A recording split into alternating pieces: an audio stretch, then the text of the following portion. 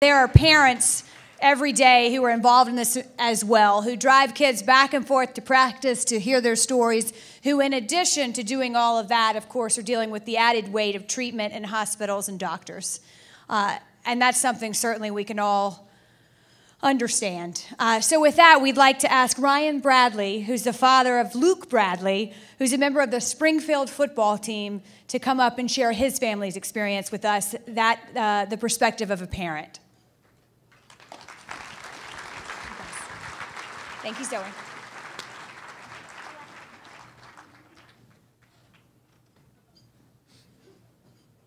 Hey. There you go.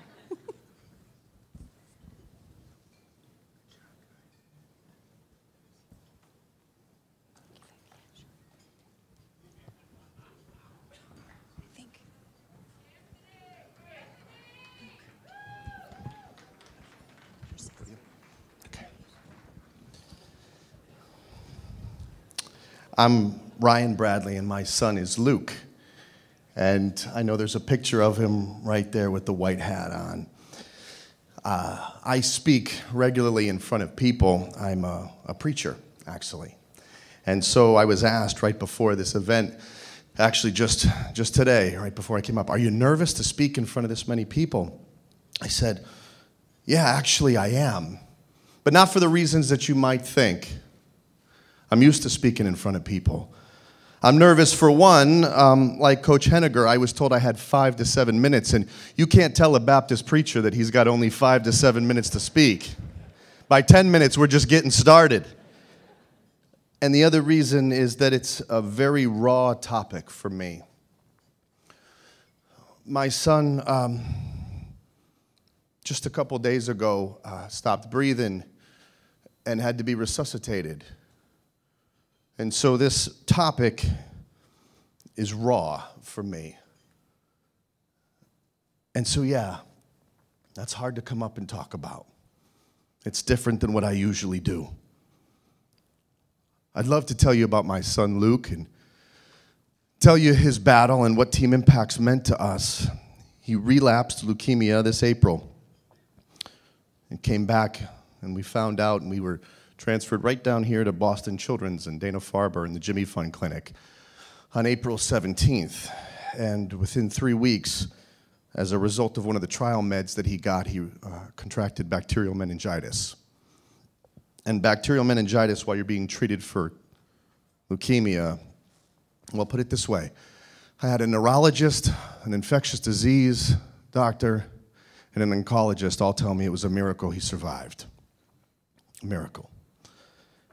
And shortly after he recovered from the meningitis, there was so much damage that had happened that come the fall, he was having seizures and swelling in his head just from the spinal fluid circulating around and having a tough time draining.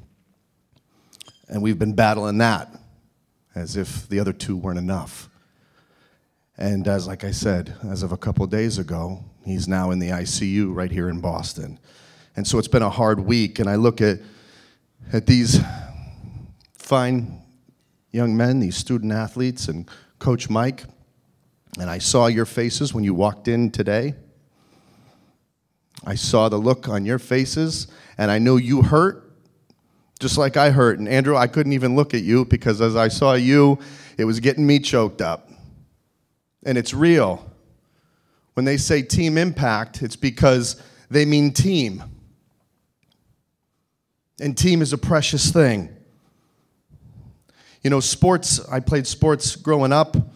I played a little in high school and a little in college. And I liked football. That's what I played. And there was a great drill we used to have. And every sport has some version where you have to face your fears. For me, there was this drill they called the Nutcracker, and there were 2 bags, and there was offensive lineman, a defensive lineman, somebody carrying the ball, and somebody being the linebacker. And it was just collision time. And I can remember being in, 5th grade and thinking, I had the ball, and I'm going against one of the biggest linebackers on the team, and I was afraid. But sports teaches you to face your fears. It teaches you to get in the drill and look the fear dead on and say, I got to face this fear. because I got no other option. That's something I learned from sports and something that I value from sports, facing your fears, but I had no idea how that lesson would play out 30 years later, 35 years later of facing my fears. I can get up here, I can tell you a lot of things about Team Impact. I can tell you a lot of things about Springfield College and what it's meant. And there's a list of people that I need to thank. The pulpit's way down here, so I'm going to lift it up and say thank you to Dan Kraft and Jay Calnan and Mary Welker and Amy Resnick. Coach Sarah Solo, you have gone above and beyond, and I can't thank you enough.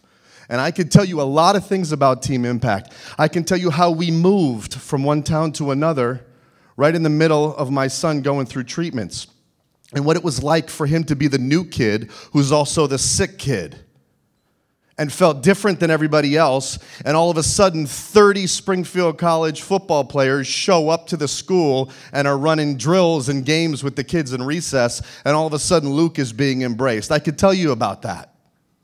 I can tell you about the lessons that I think these student athletes have learned about character and perseverance and integrity. I can tell you about my son when he felt like his value had diminished. And all of a sudden, he's a co-captain running out on the field, calling the heads or tail flip. I can tell you a host of things about Team Impact. I could go on for a lot longer than 5 or 7 minutes about what it's done to his confidence, what it's done for our family, and what I believe it's done for the football players.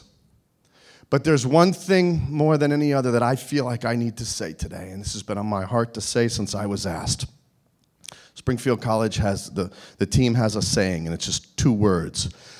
But when there's a challenge, when there's that big nutcracker drill, and there's a linebacker that's different than any other linebacker, and I'm talking about pediatric cancer, I'm talking about meningitis, fill in the blanks, those of you who are teams here who have a kid that you've welcomed in onto your team, whatever that linebacker looks like, they have a saying whenever there's a challenge, and it's let's go. Now you may think, why am I going to make such a big deal about the saying let's go? And here's why.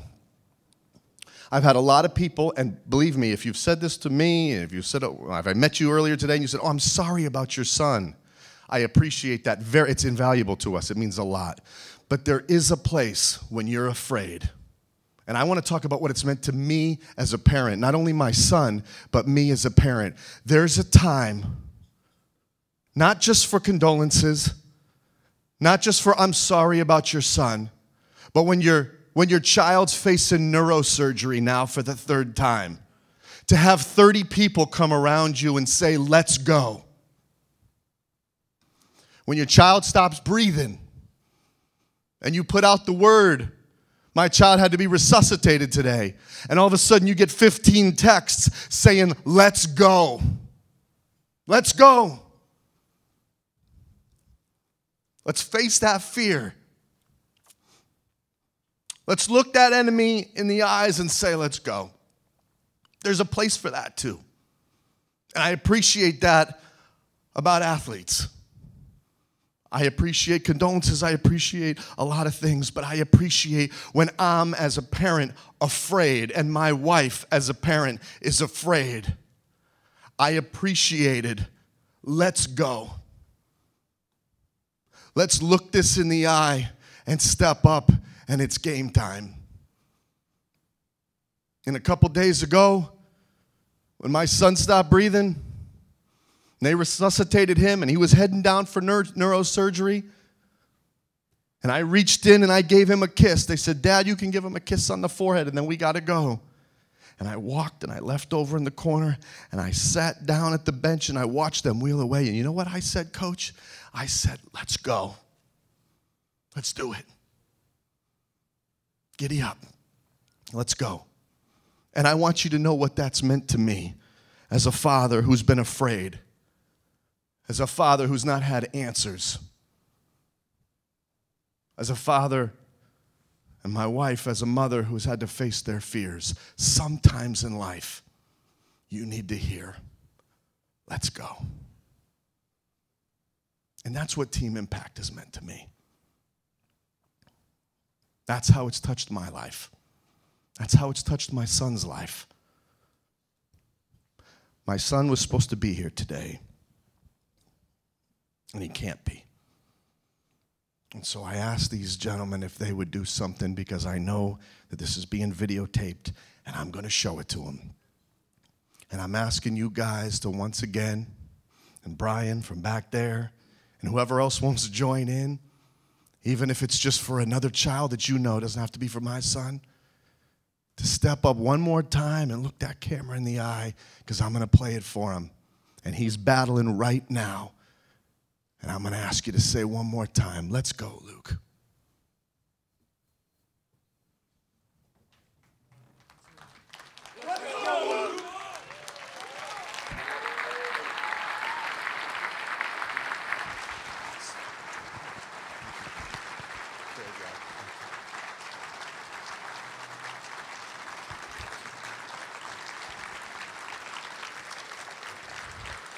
Every one of us is going to have moments where that's what we need to hear. And that's what Team Impact means to me. Thank you.